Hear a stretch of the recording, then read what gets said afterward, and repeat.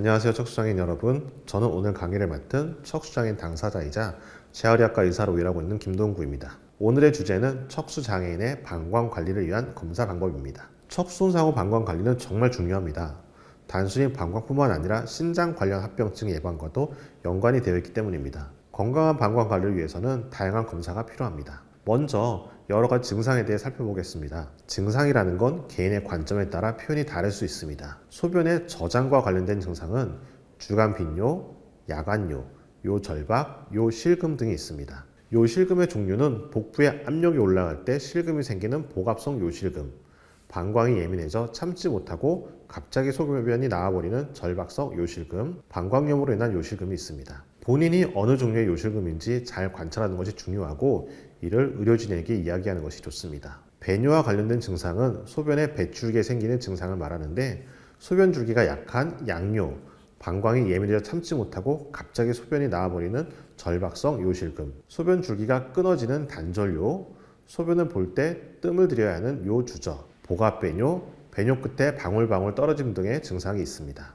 배뇨 후 증상은 소변 본 후 경험되는 증상을 말하는데 소변을 본 후에도 소변이 남아있는 듯한 느낌의 잔뇨감, 소변을 본 후에도 소변이 계속해서 조금씩 떨어지는 요점적 등이 포함됩니다. 그 외에 중요한 부분은 이전에 있던 신경질환, 상해, 수술 이력과 아울러 약물 복용, 배변과 성기능 변화의 여부도 중요합니다. 신체 검사는 복부, 회음부, 생식기를 눈으로 관찰하는 시진이 포함됩니다. 남자의 경우 직장 수지 검사로 전립선과 항문 괄약근 반사 유무를 체크합니다. 척손상 부위에 따른 신체 검사 소견과 그에 따라 예상되는 요역동학 검사 소견이 다를 수 있으므로 모든 환자에게 요류역동학 검사 전 반드시 정확한 신체 검사가 개별적으로 이루어져야 합니다. 예를 들어 하지가 이완되어 있다고 해서 무수축성 방광을 의미하는 것은 아니며 마찬가지로 강직이 심하다고 해서 반드시 과활동성 방광을 의미하는 것은 아닙니다. 배뇨 기록은 배뇨 이상을 계량하는 데 의미가 있으며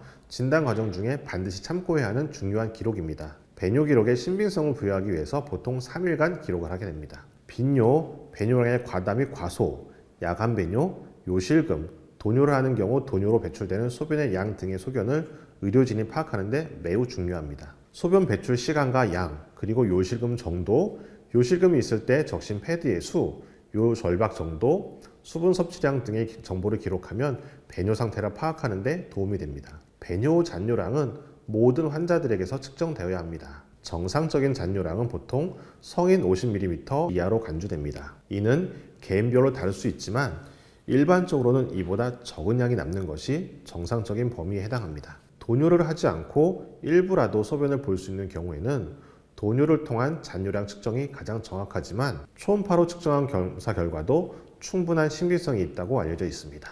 본인이 소변을 볼 수 없는 상태라면 도뇨를 통해 소변을 받아 소변 검사를 시행할 수 있습니다. 소변 검사에는 일반 소변 검사와 균 배양 검사가 있으며 이를 통해 혈뇨, 염증, 세균의 유무 등을 파악할 수 있습니다. 자가 도뇨를 하는 경우에는 소변에 세균이 거의 항상 검출됩니다. 따라서 일반적으로 고열을 동반하는 간염이 아닌 경우에는 소변의 세균 배양에서 균이 검출되었다 해도 큰 의미는 없습니다. 혈액 검사는 크레아틴이라는 항목을 측정하여 신장의 기능에 대해 확인할 수 있는데 혈액소 크레아틴인 수치가 높으면 신장 기능이 저하되어 우리 몸의 노폐물을 제대로 제거하지 못하고 있음을 의미합니다. 영상 검사는 수신증, 방광, 요관 역류, 방광 모양 등을 파악하는 데 필요한 검사입니다. 따라서 신장과 방광 등을 위주로 검사하게 됩니다. 영상 검사에는 흔히 복부 초음파, 배뇨 방광 요도 조영술, 정맥 요로 조영술, 복부 전산화 단층 촬영술, 핵의학적 신장 스캔 등이 있습니다. 이 중에서 신경성 방광 환자에게 중요한 검사는 배뇨 방광 요도 조영술입니다. 요도를 통해 삽입한 유치 도뇨관을 통해 조영제를 방광 내에 채운 후 유치 도뇨관을 제거하고 소변을 보게 하는 검사입니다. 이 검사를 통해 방광의 모양과 크기, 방광에서 신장으로 역류가 있는지를 확인할 수 있습니다.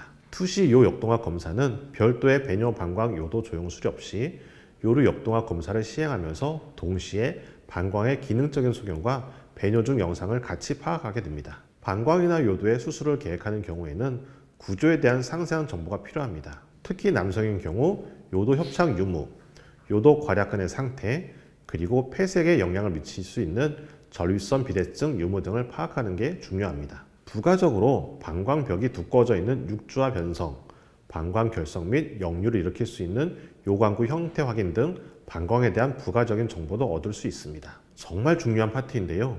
요 역동학 검사는 척수손상의 방광과 그 이하 소변이 나오는 통로의 상태를 정확히 파악하는 데 중요한 검사입니다. 환자의 소변 보는 상태를 검사를 통해 재현하여 객관적으로 알 수 있게 해줍니다. 가느다란 소변줄과 직장 도관이라는 관을 항문을 통해 삽입하여 시행합니다. 소변줄을 통해 생리식염수를 천천히 방광 내로 채워 얼마나 채워졌을 때 소변 마려운 느낌이 생기는지, 또한 어느 정도 채웠을 때 소변을 못 참을 정도의 느낌이 온지를 확인하며 이 과정에서 방광의 압력이 어떻게 변하는지를 확인하게 됩니다. 소변을 못 참을 정도로 방광에 생리식염수가 채워진 순간 소변을 보도록 하여 소변이 나오는 양, 속도, 시간과 방광의 압력 변화를 확인하여 방광 기능을 분석하게 됩니다. 투시 역동학 검사는 투시 장비를 같이 사용하여 요 역동학 검사를 시행하는 것입니다. 요 역동학 검사를 시행할 때 생리식염수의 조영제를 혼합하여 방광에 주입하면서 검사를 하게 됩니다. 즉, 요 역동학 검사를 배뇨 방광 요도 조영술과 동시에 하는 검사라고 생각하시면 됩니다. 방광의 기능과 형태를 같이 파악하는 검사로서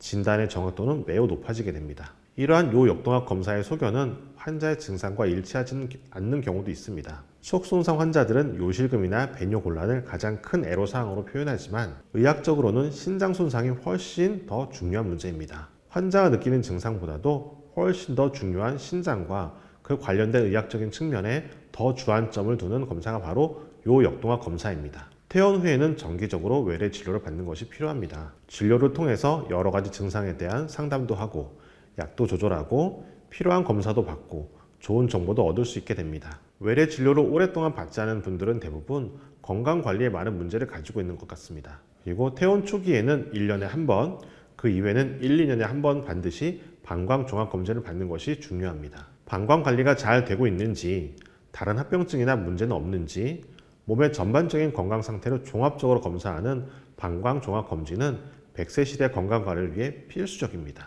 오늘 우리들의 방광관리를 위해 필요한 다양한 검사 방법을 알아보았습니다. 마무리로 우리 시청자 여러분께 두 가지 중요한 건강 정보와 한 가지 사례를 알려드리고 마무리하도록 하겠습니다. 첫 번째는 방광약을 계속 먹어야 하나요? 라는 질문을 하시는데요. 척수손상 후 초기 요 역동학 검사에서 방광이 너무 빨리 수축하거나 방광 팽창 능력이 저하되어 있다면 방광의 용적을 늘려주고 방광 내 압력을 낮게 유지해주기 위해서 방광 용적을 늘려주는 약을 의료진을 통해 지속적으로 복용하는 것이 중요합니다. 이러한 약물들은 원인 질환인 신경성 방광 자체를 치료하는 것이 아니고 복용 시에만 방광 용적을 늘려 요실금을 없애주고 방광 압력을 낮춰주는 것이기 때문입니다. 또한 이러한 효과를 통해 신장이 손상되는 것을 예방할 수 있습니다. 만약 복용을 중단하여 약 효과가 사라지게 되면 다시 방광 압력이 높아져 실금이 생기고 방광이 변형되며 신장으로 소변이 역류하여 신장의 손상을 일으킬 수 있습니다. 두 번째, 방광에 돌이 생겼어요? 라는 질문을 많이 하시는데요. 결석, 돌은 방광과 신장에 생길 수 있습니다. 방광에 생기는 돌은 유치도뇨관, 즉 폴리를 계속 방광에 꽂고 있는 경우에 많이 생깁니다. 따라서 유치도뇨관을 하고 있는 경우에는 정기적으로 방광에 돌이 생겼는지 방사선 촬영으로 살펴보아야 합니다. 방광의 돌은 방광에 소변 찌꺼기가 모여서 생기게 됩니다. 이런 경우 방광염이 자주 생기고 항생제를 복용해도 잠시 좋아졌다가 다시 방광염이 생기기도 합니다. 따라서 방광에 돌이 발견된 경우 내시경이나 수술적 방법으로 돌을 제거해야 합니다. 신장에 생기는 결석도 요로 간염과 관련되어 나타나고 신우신염 등의 간염을 일으킬 수 있어 적극적인 치료가 필요합니다. 이러한 요로 결석을 예방하기 위해서는 어떻게 해야 할까요? 첫 번째, 충분한 수분 섭취가 가장 중요합니다. 두 번째, 가능한 활동량을 늘리고 기립 운동을 합니다. 세 번째, 짠 음식을 피하고 지나친 육류 섭취도 조심하도록 합니다. 지금까지 중요한 건강정보 두 가지를 살펴보았습니다. 척수손상 10년 넘으신 분들 중에 여전히 배에 힘을 주어 소변을 보시는 분들, 그분들을 위해 한 가지 사례를 소개해드립니다. 1992년 낙상사고로 인해 흉수 10번 완전마비가 된 남성 척수장애인의 이야기. 그동안 얼굴이 빨개질 정도로 배에 힘을 주어 소변을 보았습니다. 배를 눌러 소변을 보고 나서도 조금만 지나면 실금이 있어 기저귀를 하루에 5개에서 6개까지 사용할 정도로 심했습니다. 그렇게 빈번하게 바지를 적셔서 정말 불편했답니다. 그러다 5년 전 청결간헐도뇨 CIC를 알게 되었어요. 어떻게 하는 건지 배우고 병원 진료를 통해 방광약도 복용하게 되었습니다. 방광약을 복용한 후로는 방광이 500cc까지 늘어나면서 실금이 사라졌습니다. 척수 손상 후 25년 동안 배에 힘을 정말 많이 주어야 소변을 볼 수 있었고 실금도 정말 심했는데 그때에 비하면 청결간헐도뇨법으로 바꾼 지금은 정말 편안하고 만족스럽습니다.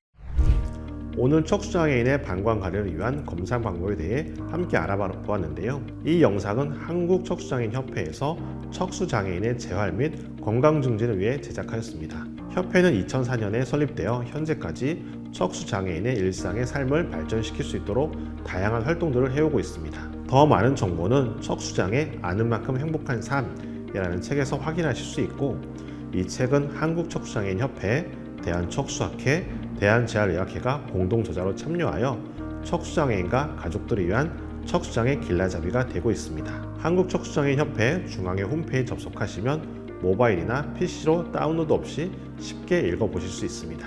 오늘 이 영상 외에도 척수장애란 배뇨 및 배변 관리, 척수손상 후 합병증, 평생 건강관리 등 시리즈 교육 영상이 있으니 함께 시청하셔 여러분의 일상에 도움이 되기를 바랍니다.